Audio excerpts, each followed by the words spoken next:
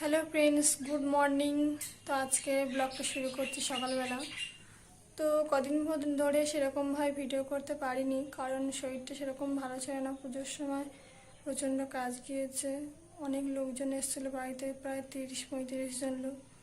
তো সেরকম শরীরটা ভালো ছিল না বলে আর কদিন ধরে ভিডিও করতে পারিনি। তবে আজকে সকালটা শুরু হয়েছে খুব সুন্দর, কারণ হচ্ছে আজকে এখন কার্তিক মাস চলছে। কার্তিক মাসে সকালবেলা এখানে প্রতি বাড়ি বাড়ি হরিনাম বেরোয়। গ্রাম থেকে একটা করে দল বেরিয়ে প্রতি বাড়ি বাড়ি হরিনাম যায়। তো তার উপর শীত শীত পড়ে গেছে। তো আর সকালবেলা বাড়িতে হরিনাম আসা মানে খুব সুন্দর ব্যাপার। তো আজকের একটা জিনিস তোমাদেরকে দেখায়। আজকে অনেক চিংড়ি পড়েছে ঘনিতে সকাল সকাল। তো চলো দেখাই তোমাদেরকে। তো এই দেখো এখানে কত দেশি চিংড়ি। তো বাজারে যে চিংড়িগুলো পাওয়া যায়, সে চিংড়িগুলো হচ্ছে গাঙের চিংড়ি, মানে নদীর চিংড়ি, কিন্তু এগুলো হচ্ছে দেশি চিংড়ি। তো এই চিংড়িগুলো কিসে পড়ে সেটা দেখো। এই চিংড়িগুলো এই ঘনিতে পড়ে, এটাকে বলা হয় ঘনি। তো এই সাইড থেকে যখন চিংড়িগুলো ভিতরে ঢুকে যায় তখন আর বেরোতে পারে না। তারপরে আমরা এই উপর থেকে এখান থেকে ঝেড়ে নিই, এখানে এই ফাঁক থেকে ঝেড়ে নিই। তো আজকের এই দেশি চিংড়িগুলো পড়েছে। তো এই চিংড়ির খুব স্বাদ আলাদা নদীর চিংড়ির থেকে। আর এখানে এই পাশে দেখতে পাচ্ছ কলমি শাক, তাজা তাজা কলমি শাক। মা সকালবেলা কলমি শাক তুলে নিয়ে এসছে। তো আজকে তাই ভাবছি একটা কলমি শাক দিয়ে চিংড়ি দিয়ে খুব সুন্দর রেসিপি করব। আর এখানে দেখতে পাচ্ছ একটা দানা ভিজে দেওয়া আছে, এটা হচ্ছে ধনেপাতার দানা এটাকে। আর এখানে হচ্ছে পালং শাকের দানা ভিজেতে দেওয়া আছে। ধনেপাতার দানা বলো বা পালং শাকের দানা বলো, এগুলোকে এমনি হয়তো মাটির উপরে ফেলা যায়, কিন্তু সেরকমভাবে চারাগুলো বেরোবে না ভালোভাবে। তাই এখানে যদি আমরা ভিজিয়ে দিয়ে তারপরে 2-3 দিন বাদে ফেলি, তখন সেটা ভালোভাবে গাছটা বেরোবে, নিচ থেকে চারাটা বেরোবে।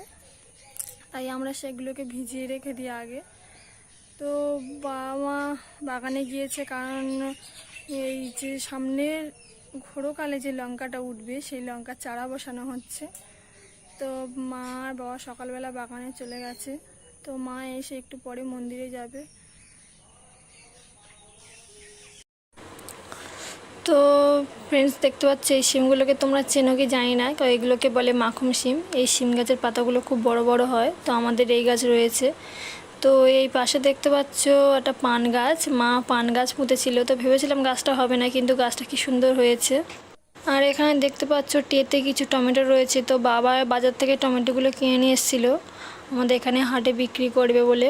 তো আজকে বিকালে বাজারে নিয়ে যাবে টমেটোগুলোকে। তো ফ্রেন্ডস, এখন বিকালবেলা। আর বিকালবেলা হচ্ছে বলেছিলাম ধান সেদ্ধ করব, কারণ কাল ধান ভাবিয়ে দিয়েছিলাম। তো কাল সকালবেলা ধান ভাবিয়ে দিয়েছিলাম, তো আজকে সেই ধানটা সেদ্ধ করব। তো এখন আর বৃষ্টি বৃষ্টি হচ্ছে না, আকাশটা পরিষ্কার রয়েছে, তাই ভাবলাম যে ধানগুলো আজ সেদ্ধ শুরু করে নিই। কারণ এত ইঁদুরের উৎপাত বেড়েছে, যেখানটা ধান রেখেছিলাম সেখানটা ইঁদুর একদম খাটটাকে পুরো নিচে ঢুকিয়ে নিয়ে গেছে, পুরো গর্ত করে করে।